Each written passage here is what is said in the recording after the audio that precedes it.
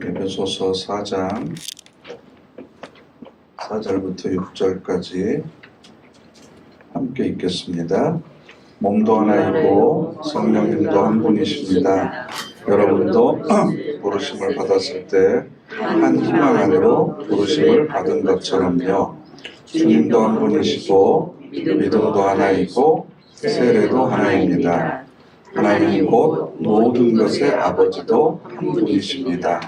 하나님은 모든 것 위에 모든 것을 통해서 모든 것 안에 계신 분이십니다. 아멘. 세상에는 하나님께서 세우신 공동체, 기관이 있어요. 그걸 이제 신적 기관이라고 얘기하고 신적 공동체라고 이야기를 하는데 그 하나가 가정이죠, 가정. 그래서 하나님께서 아담이 홀로 있는 것을 보고 외롭겠다 싶어서 그 갈빗대를 빼가지고 여자를 만들어주죠. 그래서 한 가정을 이루게 하시죠. 그리고 또 하나의 하나님께서 만들어주신 신적 기관이 바로 교회입니다. 교회. 그래서 이 가정과 교회는 하나님의 생명의 원리 그리고 우리를 구원하시는 하나님의 섭리가 그 속에 담겨져 있습니다. 그래서 우리가 교회라고 하는 것이 어떤 것인지를 좀 정확히 알아야 되는데 그걸 잘 모르기 때문에 사실 여러 가지 갈등이 있는 것 같아요. 우리가 예수를 구주로 고백하고 나서 바로 하나님 나라로 옮겨지면 좋을 텐데 하나님께서는 우리를 이렇게 모여서 신앙생활을 함께 하고 계시잖아요. 그러다 보니까 혼자 믿으면 편할 텐데 같이 모이다 보니까 신경 써야 되는 것도 있고 하지 말아야 될 것들도 있고 또 상처받는 것들도 있고 그렇습니다. 그러나 교회라고 하는 것의 가장 중요한 원리 그게 뭐냐 그러면 하나됨입니다. 하나됨. 그래서 오늘 우리가 읽은 본문에 왜 우리가 하나인지를 여러 가지 차원에서 설명을 하고 있습니다.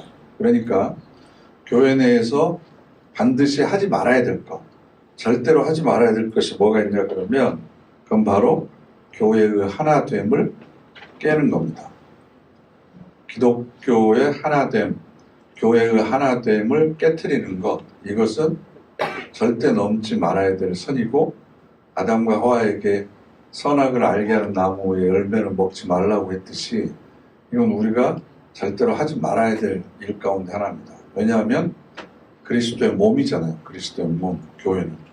그러면 몸이 깨진다고 하는 건 교회가 갈라진다고 하는 건 그리스도의 몸이 깨지는 것과 마찬가지거든요. 그런데 지금까지 오래된 교회들은 대부분 이렇게 분열과 갈라서는 것들을 그런 역사들을 다 가지고 있습니다. 참 안타까운 일입니다. 그래서 어떻게 하면 이 하나됨을 잘 지켜나갈 것인가 하는 겁니다. 그래서 우리가 한 몸을 이루고 있는 지체이기 때문에 하는 일이 다르지 틀린 것은 아니다. 그래서 우리가 다른 것과 틀린 것을 구별을 해야 돼요. 내가 하는 건 맞는 거고 저 사람이 하는 건 틀린 거다. 이게 아니고 내가 하는 것과 저 사람이 하는 것이 다른 거다. 다른 거다. 다 몸을 위해서 하는 거다. 눈이 하는 일과 코가 하는 일과 손가락, 발가락이 하는 일이 다 다르잖아요. 그렇다고 해서 내가 하는 일을 너는 안 하니까 너는 틀렸어. 너는 잘못됐어. 라고 우리 몸이 얘기하지는 않잖아요. 그래서 하는 일이 다르다 보니까 그 지체마다 이름을 줘가지고 구별하잖아요. 구별. 그러니까 교회 내에서도 직분이 있고 하는 일들이 달라서 구별을 하는 거지 그게 바로 차별을 하는 것 아니다. 그러니까 구별과 차별을 잘 우리가 구분을 해야 돼요. 그러니까 하는 일에 따라서 목사가 하는 일이 있고 장로가 하는 일이 있고 권사가 하는 일이 있고 또 회장이 하는 일이 있고 이게 구별되는 거지 일에 따라서 차별이 생기는 건 아니라는 거예요. 높고 낮음이 생기거나 잘나고 못남이 생기거나 똑똑하고 어리석음이 있거나 그렇게 보지 말아야 된다라는 겁니다. 그래서 우리가 서로에게 배워야 될 것들이 있다. 서로가 서로에게. 그리고 서로가 서로를 훈련시키는 좋은 교사가 된다. 거기에서 목사는 저는 예외도 아니라고 생각을 합니다. 그러니까 목사는 교인들 앞에서 굉장히 많이 노출되어 있잖아요.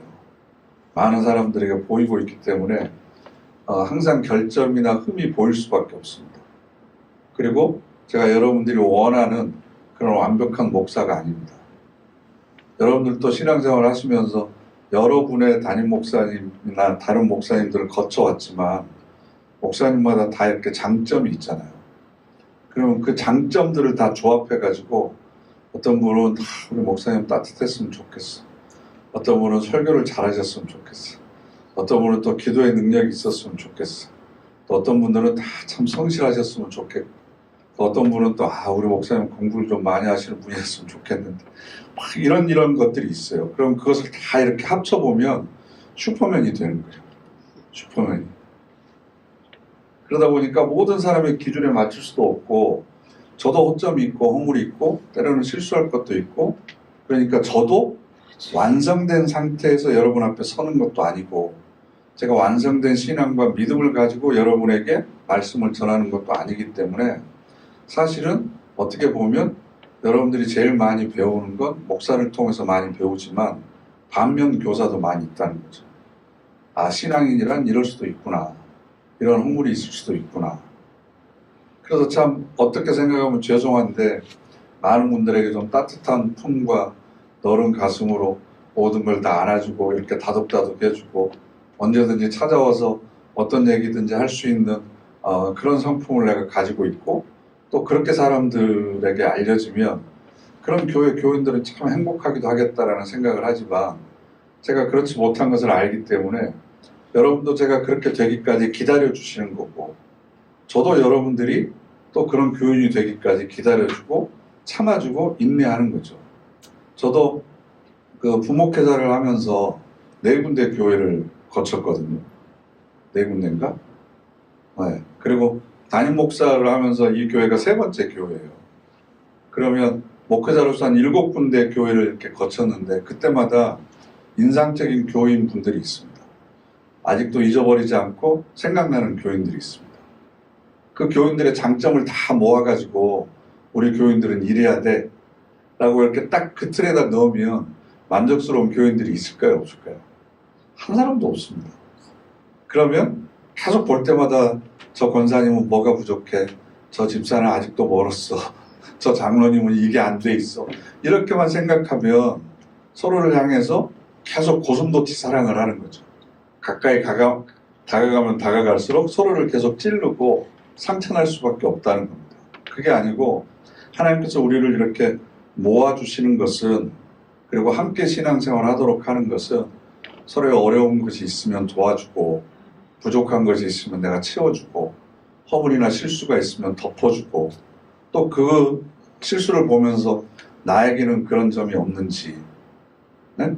그걸 통해서 내가 또 배워가고, 이런 것들이 있어야지, 쟤는 저랬대요 그러면서 저 사람은 저래요 라고 이야기하는 그 말의 뒷면에는 뭐가 있어요? 나는 안 그런 사람이요 라고 하는 것이 깔려 있잖아요. 옛날에는 그랬는지 모르지만 나는 지금 안 그래요 그러면서 자기를 과시하려고 하는 마음이 그 속에 깔려 있기 때문에, 사실은 다른 사람의 흉이나 허물이 있으면 그걸 자꾸 우리가 들춰내거든요. 왜냐하면 나는 안 그렇다 라고 하는 얘기를 자꾸 하고 싶어 하는 거예요. 근데 그건 우리가 하나님 앞에서 인정받아야 되는 내용이지 사람들 앞에서 인정받아야 되는 건 아니다. 그래서 우리가 가장 중요한 건 하나가 되는 거다. 하나가 되는 거다. 그래서 예수님께서 작은 소자 하나라도 실족하면 차라리 연자맷돌을 메고 바닷속에 빠지는 게 더 낫다고 그랬잖아요.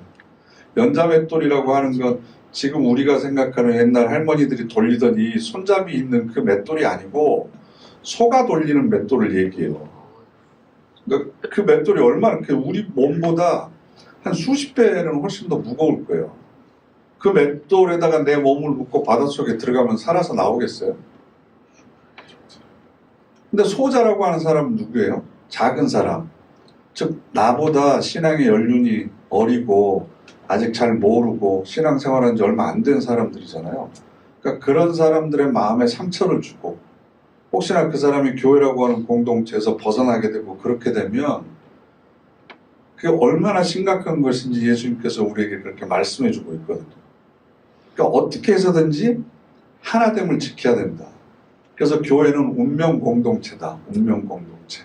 우리는 함께 살고 함께 죽는 거고, 저 사람이 실족하면 나도 실족하는 거고, 그래서 그 교회 전체가 하나님 앞에 평가받는 거지, 하나님 쟤는 미달이고 불합격인데 저는 합격점이고 저는 우수합니다, 그러니까 저만 칭찬해 주세요, 이게 아니고, 요한계시록에 있는 소아시아 7교회에 있는 교회에 대한 평가를 한번 봐보세요. 교인들이 누구다라고 얘기하지 않고 그 교회 전체를 평가하시거든요.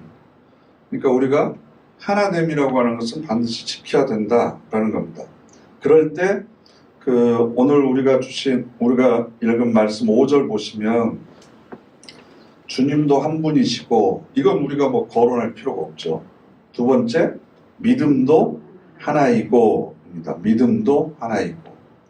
이럴 때 중요한 건 이 믿음이 어떤 믿음이냐가 중요하거든요. 흔히 우리는 내가 예수를 믿어서 구원을 얻었다. 그러면 믿은 것을 누가 한 거예요? 내가 한 거죠, 내가 예수를 믿어서 구원을 얻었다. 그러면 구원이라고 하는 것은 결과가 되는 거고, 내가 믿은 것은 원인이 되는 거죠. 그런데 성경에서 말하는 믿음이라고 하는 것이 내 행위인가? 그럴 때 로마서 3장과 4장 우리가 읽지는 않겠지만, 성령께서 내 마음의 문을 열어서 나를 감동시키시고, 내가 살아오면서 겪은 여러 가지 일들을 통해서 내 마음밭을 다지시고, 그래서 어느 순간 다른 사람을 통해서, 어떤 계기를 통해서 나를 하나님 앞으로 인도하게 된 것이지, 그래서 우리가 믿음을 얻게 된 거지, 내가 스스로 결단하고 판단해서 온 것은 결코 아니다라는 겁니다. 그래서 이 믿음이라고 하는 것이 구원의 조건이 아니기 때문에, 바울이 로마서에서 항상 강조하는 게 뭐냐 그러면 자랑하지 못한다. 자랑하지 못한다. 왜냐하면 믿음은 내 것이 아니기 때문에. 그런데 우리는 표현할 방법이 없으니까 내가 믿어서 구원을 얻었다라고 이야기를 하는데, 그 믿음의 주인은 내가 아니고 하나님께서 우리를 선택하셨다는 거예요. 선택하셔서 나에게 그런 믿음을 심어주셨다. 그래서 우리는 구원을 받은 것을 자랑할 수가 없습니다. 왜냐하면 내가 얻은 게 아니기 때문에, 내 믿음의 대가로 얻은 것이 아니기 때문에. 내가 무슨 일을 하고 그 대가를 받았다면 떳떳하게 자랑을 할 텐데, 내가 지금 이 자리에서 하나님의 자녀가 된 것에 대해서 어떤 원인도 내가 제공하지 않았기 때문에, 그래서 기독교가 은혜가 되는 거예요. 은혜가. 한 번은 필립 얀시라고 하는 성공회 목사님이, 제가 도시는 기억이 안 나는데, 세계 모든 종교 지도자들이 모여서 회의를 했어요. 그러면서 이제 좌담을 하는 중에 각 종교가 가지고 있는 중요하게 내세우는 진리가 뭐냐, 이것에 대해서 서로 얘기를 하기 시작했어요. 그럼 기독교가 이야기하는 가장 중요한 핵심 진리가 뭘까요? 흔히 우리는 사랑이라고 그러죠. 그럼 사랑은 다른 종교에는 없나요? 믿음은 뭐 다 믿으니까. 기독교를 기독교 되게 만드는 가장 큰 중요한 원리, 그 진리가 뭐냐 그러면 은혜예요, 은혜. 대부분의 종교들은 내가 열심히 노력하고 진리를 탐구하고 수련하고 연구하고, 그래서 진리에 도달하는 거예요. 그래서 인도 사람들은 고대에는 그렇게 잔인한 신체적인 형벌을 자기에게 가하면서, 흔히 우리가 이야기하는 요즘 하는 요가는 그냥 그 신체 단련을 위한 거지만, 그 요가의 기원을 올라가면요, 자기 몸을 학대하면서 육체적인 정욕을 죽이면서 수련을 통해서 진리의 깨달음을 얻기 위해서 얼마나 노력했는지 몰라요. 그래서 그 쇠 같은 걸 끈을 달아서 이렇게 먹어가지고 항문으로 해가지고 그걸 내기도 하고, 이 볼 사이를 관통하는 그 바늘로, 긴 바늘로 해가지고 뚫기도 하고, 그러면서 자기 몸을 그렇게 고통스럽게 만들면서까지 진리에 도달하려고 그랬다. 불교도 마찬가지잖아요. 그 선문답 하나, 화두 하나 풀기 위해서 몇 년 동안 침묵 수련을 하고 그것을 깰 때는 그 손가락도 자르고 막 그러면서 계속해서 진리에 도달하기 위해서 수행하고 노력해요. 그런데 기독교만은 하나님이 우리를 찾아오신 거예요. 하나님이 우리를 찾아오신 거예요. 하나님이 우리에게 다가오신 거예요. 그래서 우리가 아무것도 하지 않았는데 우리가 학교 다니면서 무슨 성경을 공부를 하기를 했어요. 아니면 착한 일을 해서 내가 교회 다니려면 착한 일 해야 되는데 그래서 착한 일을 하기를 했어요. 구원받을 만한 아무런 것도 하지 않았는데 하나님께서 일방적으로 우리들에게 은혜를 베풀어 주신 거죠. 그 은혜 안에 사랑도 있는 거고 하나님 하늘나라의 기쁨도 있는 거고 평화도 우리에게 주신 거고 이 모든 것을 우리에게 선물로 주신 거죠. 그러니까 우리는 그저 다 받은 사람들이기 때문에 내가 더 많이 받았다 적게 받았다 나는 이것 받았는데 너는 왜 저것 받았느냐, 나는 먼저 받았는데 너는 왜 아직도 못 받고 있냐, 아니면 인제 받았느냐, 이런 얘기를 할 수 있어요 없어요? 할 수가 없어요. 그래서 자랑할 수가 없다는 얘기가 나오는 거예요. 자랑할 수가 없다. 이게 바로 믿음이에요. 믿음. 내가 이 자리에 있는 건 하나님의 은혜로 된 것이지 나에게서는 그 어떤 것도 찾아낼 수가 없다.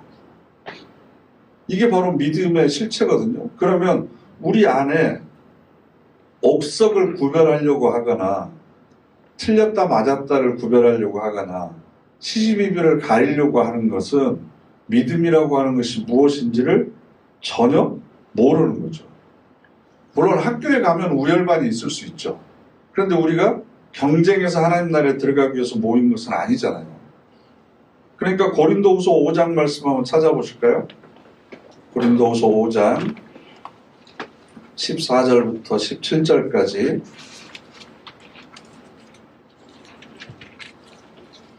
고린도후서 5장 14절부터 17절까지 함께 읽겠습니다.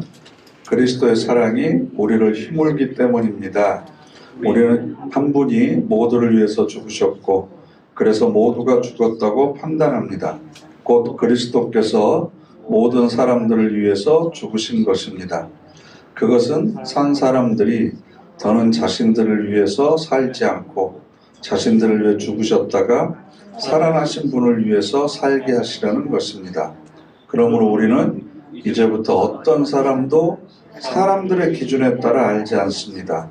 우리가 전에는 그리스도까지 사람들의 기준에 따라 알았더라도 이제 더는 그렇게 알고 있지 않습니다. 그래서 누구라도 그리스도 안에 있으면 그는 새로운 창조물입니다. 옛 것들은 지나갔습니다. 보십시오. 새 것들이 되었습니다. 아멘. 그러니까 지금까지는 우리가 세상적인 기준에 따라 사람들의 기준에 따라서 사람들을 평가하고 판단했다는 거예요. 근데 그러면 안 된다는 거예요. 왜냐하면 우리는 하나님께서 일방적으로 베풀어 주시는 은혜 안에서 우리 모두가 다 새로운 창조물, 새로운 피조물이 되었습니다. 그러니까 저 사람은 왜 저래? 성격이 왜 저래? 왜 저런 옷을 입고 와? 왜 맨날 예배 때 늦어? 왜 맨날 저 자리에 앉아? 그리고 왜 꼭 핸드폰 띠리릭거려? 요즘에 계속 예배 시간에 그래가지고 저도 좀 신경이 좀 많이 쓰이기는 한데 이렇게 설교를 하다가 핸드폰 소리가 나잖아요. 그럼 제가 일부러 안 봐요. 그쪽을. 왜냐하면 보면 누구인지 알게 되고 그럼 내 속에서 혹시나 그분에 대한 이 안 좋은 마음이 혹시라도 생길까봐. 그래서 혹시나 내가 또 그분을 봤을 때 혹시 이렇게 좀 표정이라도 안 좋아질까봐 소리가 나면 일부러 그쪽을 안 보려고 노력을 많이 합니다. 그러니까 서로 비교하고 평가하고 판단하고 그래서 너는 이렇다 너는 저렇다 이렇게 하는 것 자체가 그 안에는 어떤 마음이 있다고요? 나를 자랑하고 나를 과시하려고 하는 마음이 있어요. 그건 내가 은혜 받은 사람이라고 하는 것을 모르는 거예요. 내가 은혜 때문에 여기 와 있다. 하나님의 은혜로 인해서 지금 살고 있다. 나뿐만이 아니라 저 사람도 하나님의 은혜 가운데 살고 있다. 그래서 나만 새로운 창조물, 새로운 피조물이 아니라 저 사람도 우리 모두가 다 새로운 창조물이니까 세상적인 기준이나 인간적인 기준을 가지고 바라봐서는 안 된다. 그리고 혹시나 잘못한 것이 있더라도 그것을 통해서 자기의 성숙의 기회로 삼아야지, 그 시시비비를 가지고 싸우고 갈등하고 심지어는 재판장까지 가고, 그게 이제 그 고린도전서 6장 1절 이하에 나오거든요. 시비거리가 생기니까 그것을 서로 교회 안에서 조정을 못하니까 세상 재판정으로 가는 거예요. 여러분은 그것을 판결할 능력이 없습니까? 나중에 우리가 하늘 보좌 우편에 앉아서 천사들도 심판할 사람들인데 세상 앞에다가 교회를 그렇게 내놓으면 세상 사람들이 교회를 얼마나 업신여기겠습니까? 그러면서 그 우리 새한글 성경 고린도전서 6장 7절을 보면요, 제가 읽어드릴게요. 그러므로 여러분끼리 서로 소송을 벌이고 있으니 여러분은 이미 완전히 진 겁니다. 차라리 불의를 당하고 말아버리지 않는 것은 무엇 때문입니까? 차라리 속아서 빼앗기고 말아버리지 않는 것은 무엇 때문입니까? 차라리 속임을 당하는 게 낫고 그냥 내 거 빼앗기는 게 낫다. 그래서 교회의 하나됨이 지켜진다면, 그래서 서로 사랑하라고 하는 위대한 계명을 우리가 범하지 않는다면 시시비비를 가리지 않고 그냥 모른 척하고 손해보고 이것이 훨씬 더 낫다라는 겁니다. 그래서 교회가 세상 재판정으로 문제 해결을 가지고 가는 경우들이 굉장히 많이 있었어요. 여러분도 알고 계실 겁니다. 그래서 두 파로 나눠져 가지고 한쪽 공간에서 이쪽이 예배드리고 있으면 저쪽에서 저쪽에서 예배드리고 있고, 서로 시간대를 달리하기도 하고, 시간대가 겹치면 서로 찬송 크게 부르고 뭐 기도 세게 하고 그런다고 서로 방해하기도 하고, 나중에는 그냥 막 몸이 날아가 다니기도 하고 머리띠 두르고 뭐 어쩌고 저쩌고도 하고. 그런데 그런 일이 생기면요, 사법부에서는 재판을 질질 끌어요. 왜냐하면 양쪽 다 옳다고 그러니까. 그래서 자체적으로 해결되기를 바라는 겁니다. 그런데 그것을 지켜보고 있는 주변에 있는 사람들 뿐만 아니라 그런 교인들을 두고 있는 가족들이나 자녀들이나 친지들은 그런 것을 옆에서 지켜보면서 어떤 생각을 하겠어요? 그러니까 우리 교회가 건강하게 아름다운 공동체를 유지하고 있는 것만으로도 긍정적이고 선한 영향력을 끼치고 있는 거예요, 사실은. 좀 할 얘기는 많은데, 그래서 혹시나 누가 허물이 있으면 도대체 믿는 사람이 왜 저래? 이렇게 하지 마시고 어떻게 하면 그 사람의 허물과 약점을 내가 감당해 줄 수 있을까? 내가 부족함을 채워줄 수 있을까? 어떻게 하면 그래서 그 사람이 나보다 더 앞에 갈 수 있을까? 나보다 더 먼저 갈 수 있을까? 이렇게 배려해주는 저와 여러분 되시기를 간절히 바랍니다. 그리고 또 우리가 예수 그리스도의 희생을 대가로 해서 모인 거잖아요. 그러면 이 몸이라고 하는 것은 상생의 원리를 가지고 있습니다. 상생이라고 하는 것은 다른 지체들을 살려줌으로 인해서 내가 먼저 사는 거예요. 내가 같이 사는 거예요. 나부터 살고 보자 라고 하는 것은 몸의 원리가 아닙니다. 그러니까 항상 우리가 연약한 사람들을 배려해주고 챙겨주고, 그래서 제가 지난주엔가 숙제 내주지 않았어요? 잊어버리셨어요? 이름을 잘 모르고 얼굴이 낯선 사람들 먼저 찾아가셔서 세 사람씩, 저는 이 교회 다니고 있는 한행신 권사입니다. 같이 신앙생활 하게 돼서 반갑습니다. 혹시 저를 보게 되면 인사해 주시면 저도 언제든지 기쁘게 인사하겠습니다. 한 분이라도 하신 분? 네. 적어놓으세요, 빨리.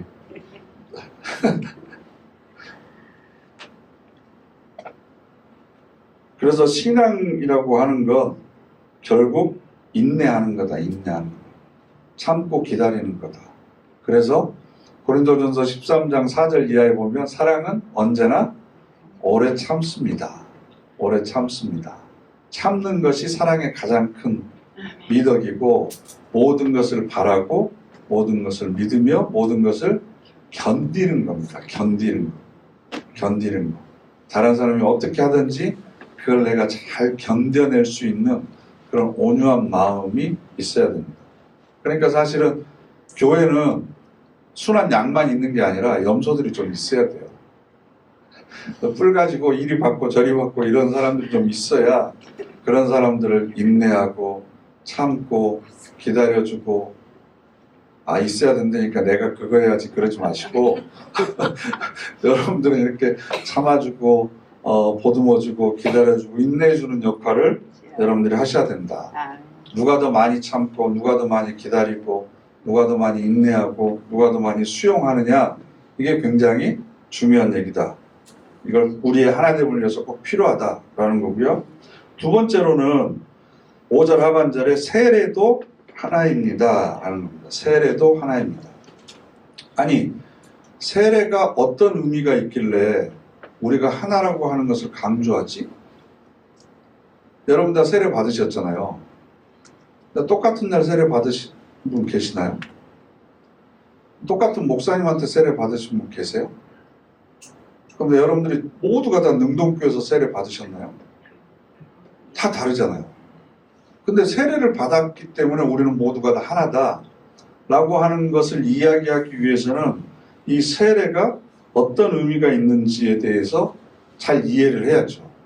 그런데 이 세례를 받은 것이 오히려 고린도 교회에게 있어서는 분란의 원인이 된 거예요. 파가 만들어진 거죠. 찾아서 읽지는 않겠지만 나는 바울 편이다, 나는 아볼로 편이다, 나는 게바, 베드로 편이다, 나는 예수 편이다. 그랬더니 사도 바울이 내가 언제 내 이름으로 세례를 주기라도 했습니까?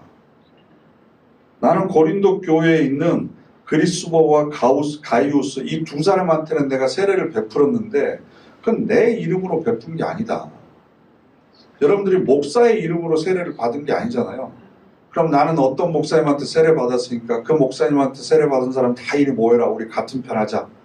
이 목사님한테 세례 받은 사람 다 이리 모여라, 이렇게 우리 같은 편 하자. 그럴 수 있느냐? 아닙니다. 아무도 사람의 이름으로 세례를 받은 것이 아닙니다.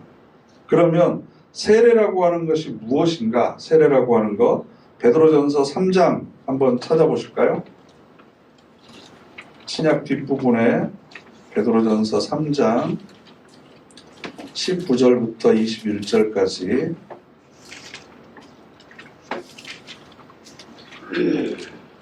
베드로전서 3장 19절부터 21절까지 함께 읽겠습니다. 그분은 영으로 감옥에 갇혀있는 영들에게도 가서 선포하셨습니다. 그들은 이전에 순종하지 않았던 이들입니다. 노아가 방주를 마련하던 날들에 하나님이 참고 기다렸을 때의 말입니다. 그 배로 들어가 물을 통해 안전하게 구원받은 사람은 겨우 몇 명뿐입니다. 곧 8명이었습니다. 그 물은 또한 세례를 미리 보여준 것인데 세례가 지금 여러분을 구원합니다. 세례는 몸뚱이에서 더러움을 떼쳐내는 것만이 아닙니다. 오히려 선한 양심이 응답하며 하나님께 나아가는 것입니다. 예수 그리스도의 부활을 힘입어서요. 아멘. 여기서 이제 굉장히 중요한 얘기를 하고 있는데요. 우리는 보통 세례를 개인적인 차원에서 생각을 해요. 그래서 침례교에서는 침례 받아야 된다 그래서 사람을 전체를 물속에다 집어넣었다가 이렇게 꺼내거든요. 그래서 침례교 강대상에는 이렇게 그 우물 같은 게 파여 있어요. 그래서 위에 뚜껑을 덮어놔요. 평소에는 물을 안 채워놓다가 세례를 베풀 때는 그 물을 채워요. 그래서 목사님하고 교인이 같이 들어가요. 세례받을 교인이. 그래가지고 눕혀서 완전히 다 넣었다가 이렇게 꺼냅니다. 그걸 이제 할 수 없는 교회에서는 목욕탕을 빌리거나 아니면 강을 가거나 그렇게 해가지고 어떤 방법으로든지 사람을 전체적으로 물에 넣었다가 꺼내요. 그러니까 이제 물에 넣었다가 꺼내는 것의 의미는 두 가지인데, 하나는 내가 죽었다가 다시 살아났습니다 라는 뜻이에요. 중생의 의미고, 물을 우리가 뒤집어 쓴다는 것의 또 다른 의미는 깨끗하게 한다는 거죠. 깨끗하게 한다는 거. 그죠? 우리는 그렇게 생각했어요. 이제 이전 것은 다 죽고 이제는 새로운 사람으로 태어났습니다. 이제 옛날의 죄를 다 씻어버리고 이제 깨끗한 사람으로 살아가겠습니다. 라고 이야기를 하는데, 여기서는 무슨 얘기를 꺼내냐 그러면 노아의 홍수 이야기를 꺼내요. 노아의 홍수. 노아가 배를 만들었잖아요. 그 배를 만들었는데 제가 지금 그 몇 년 동안 만들었는지 언뜻 기억이 안 나는데, 정확히 기억을 안 네? 네, 120년 동안 배를 만든 거예요.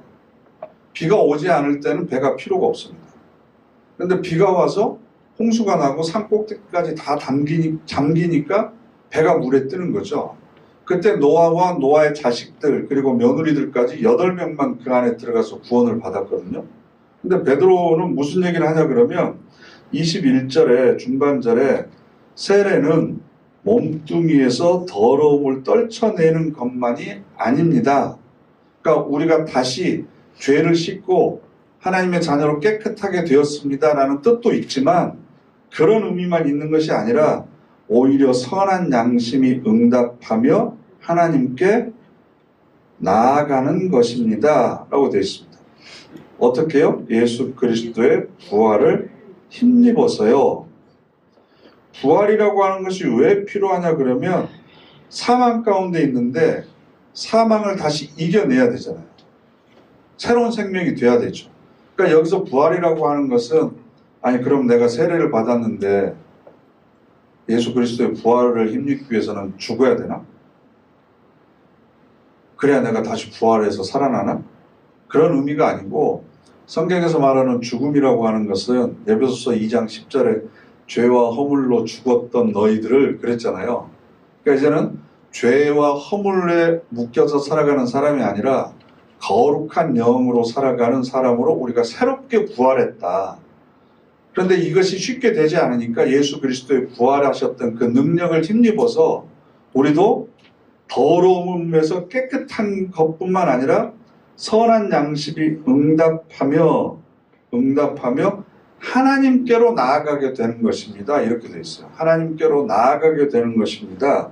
이게 무슨 의미가 있냐 그러면 장소의 이동을 이야기하는 거예요. 장소의 이동. 지금까지 우리는 내가 죽었다가 살아났다, 혹은 더러웠는데 깨끗해졌다 라고 하는 개인의 존재적인 차원에서만 생각을 했지만, 세례를 받음으로 인해서 이제는 예수 그리스도의 부활의 능력을 힘입어 하나님 앞으로 내가 옮겨졌다라는 거죠. 옮겨졌다. 그러면 나는 죽어야 되냐, 그런 의미가 아니고, 원래 소속되어 있는 곳에서 이제는 새로운 곳으로 내가 옮겨진 사람이다. 옮겨진 사람이다. 그러면 내가 옮겨진 장소가 누구의 영역이냐, 또 내가 어떻게 옮겨지게 되었느냐, 이걸 로마서 6장 말씀 한번 찾아보실까요? 로마서 6장 1절부터 3절까지.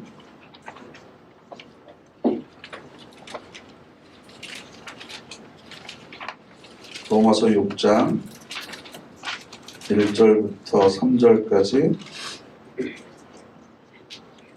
함께 읽겠습니다. 그러면 우리가 무슨 말을 하겠습니까? 은혜가 더 커지도록 우리가 죄 안에 줄곧 머물러 있어야 하겠습니까? 절대 그럴 수 없습니다. 우리는 죄에는 죽은 사람들인데 어떻게 여전히 죄 안에 살겠습니까? 아니면 여러분은 모르십니까? 세례를 받아 그리스도 예수님 안에 들어가 있게 된 우리가 세례를 받아 그분의 죽음 안으로 들어갔다는 것을요. 아멘. 세례를 받아서 어디로 옮겼다고요? 예수 그리스도 안으로 우리가 들어가게 됐다는 거예요. 장소가 옮겨졌어요. 그럼 예수 그리스도 밖에 있을 때는 우리는 어떤 사람들이에요? 죄 안에 줄곧 머물러 있었던 사람들이에요. 1절에. 우리는 죄 안에 줄곧 머물러 있었던 사람들인데 이제 예수님 안으로 우리가 옮겨간 거예요. 옮겨간 거. 그러면 그 옮겨왔던 자리에서는 하나님께서 우리에게 주시는 평강과 기쁨과 안식과 이런 것들을 누려야 되는데, 그래 놓고는 다시 옛날처럼 세례를 받기 위해서 또 죄를 저지르면 그게 말이 되겠습니까? 라는 겁니다. 그래서 우리가 세례를 받았다는 것은 예수님께서 우리 가운데 오셨다는 거예요. 그래서 우리가 그분 안에 있는 거예요. 예수님께서 사망 안에다가 자신을 두셨다는 겁니다. 그런데 사망이 예수님을 가둬놓을 수 없잖아요. 부활의 능력으로 인해서 하나님 안으로 가시니까 우리도 예수 그리스도를 따라서 하나님 안으로 내가 서 있는 장소가 옮겨졌다라는 겁니다. 옮겨졌다. 그래서 이 장소의 이동을 강조하기 위해서 고린도전서 10장 말씀 한번 찾아보실까요? 고린도전서 10장 1절과 2절.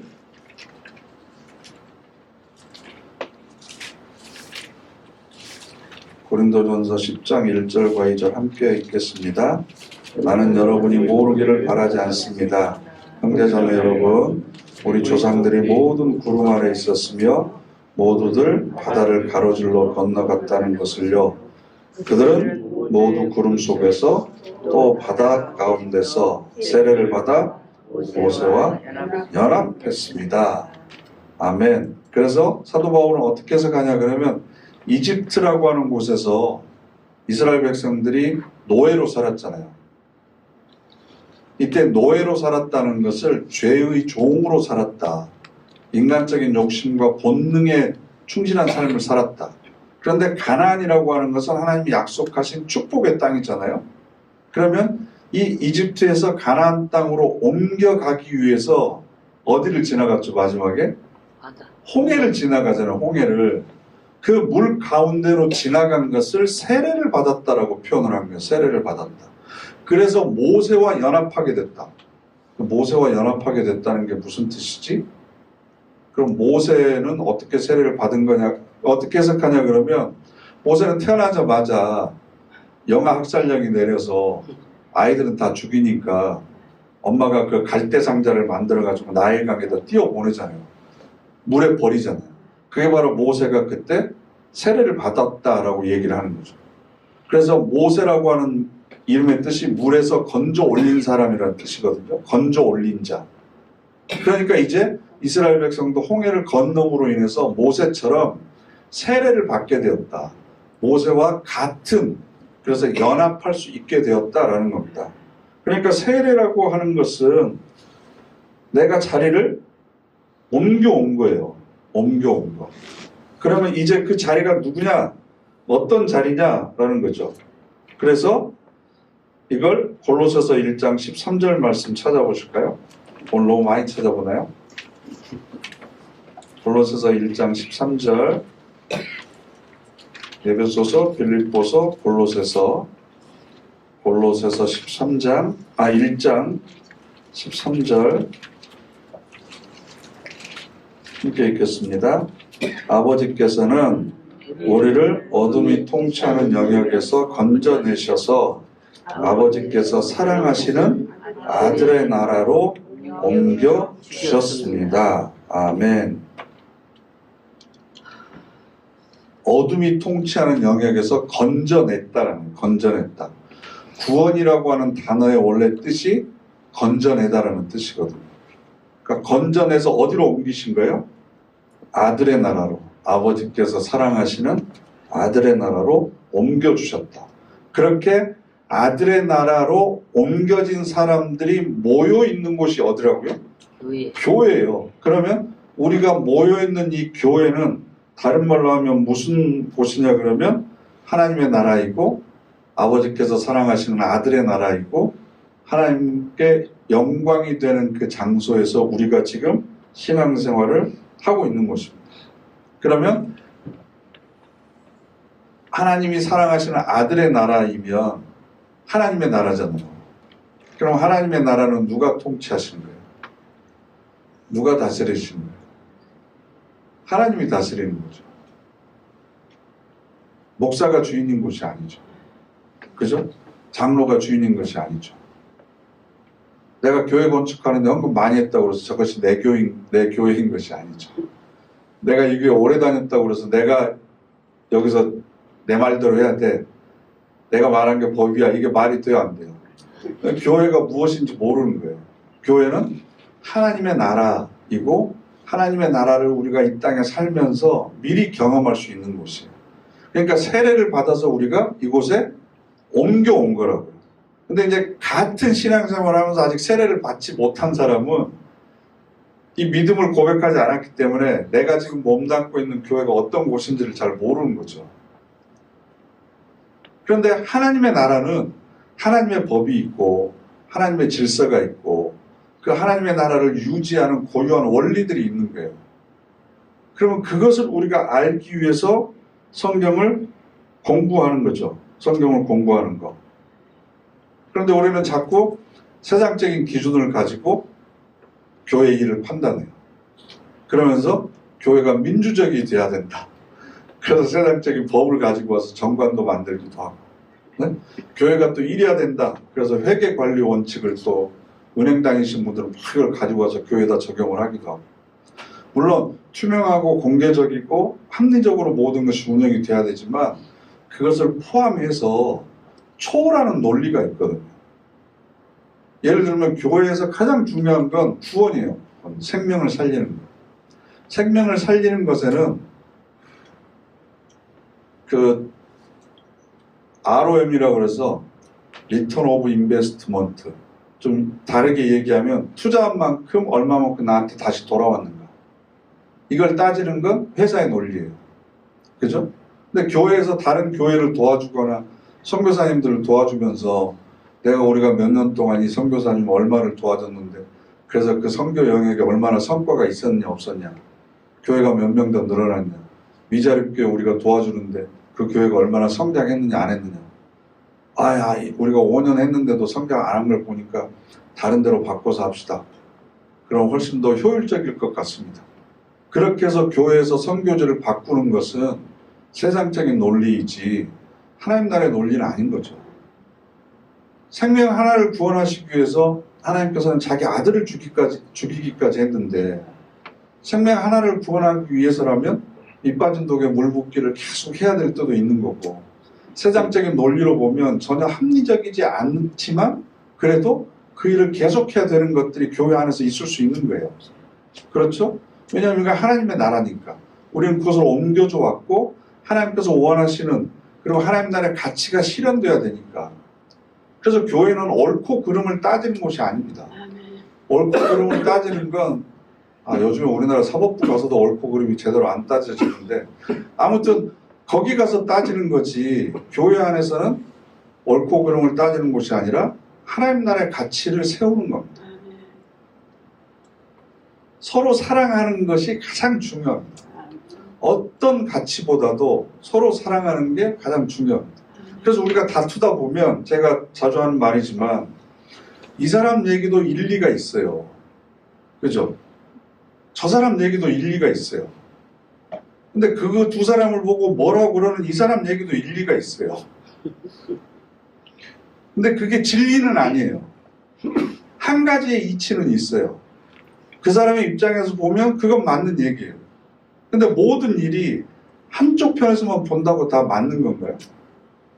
이쪽에서 보면 이 사람이 하는 얘기도 일리가 있는 거죠. 무리는 아니에요.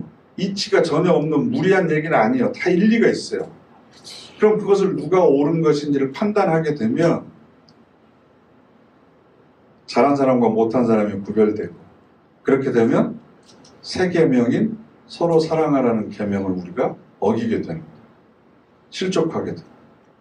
서로 사랑하는 것이 교회 안에서 세워지지 않으면 하나됨이 어긋나는 겁니다. 하나됨이 어긋나는 겁니다. 그래서 가장 중요한 건 우리 교회가 하나됨을 지키는 거다. 하나됨을. 그러기 위해서 가장 중요한 계명은 다른 어떤 것도 다 맞는 얘기지만 서로 사랑하는 것을 해치면 안 된다. 서로 사랑하는 것을. 그래서 우리는 믿음이 하나다라고 하는 얘기는 우리 모두가 다 은혜로 믿음을 가지고 있기 때문에 자랑할 것이 하나도 없고 서로를 판단할 것도 없고, 또 우리가 세례를 받았다고 하는 것은 개인적으로 내가 깨끗해서 이제는 하나님의 자녀가 되었다라고 하는 의미도 되지만, 이제는 우리가 장소를 옮겨왔다. 우리는 지금 새로운 공간, 하나님께서 다스리는 이 공간에서 살아가는 존재가 바로 세례라고 하는 것이다. 그래서 우리 모두가 같은 세례를 받았다고 하는 건 아버지께서 다스리는 나라에서 우리가 지금 함께 살아가고 있는 존재다.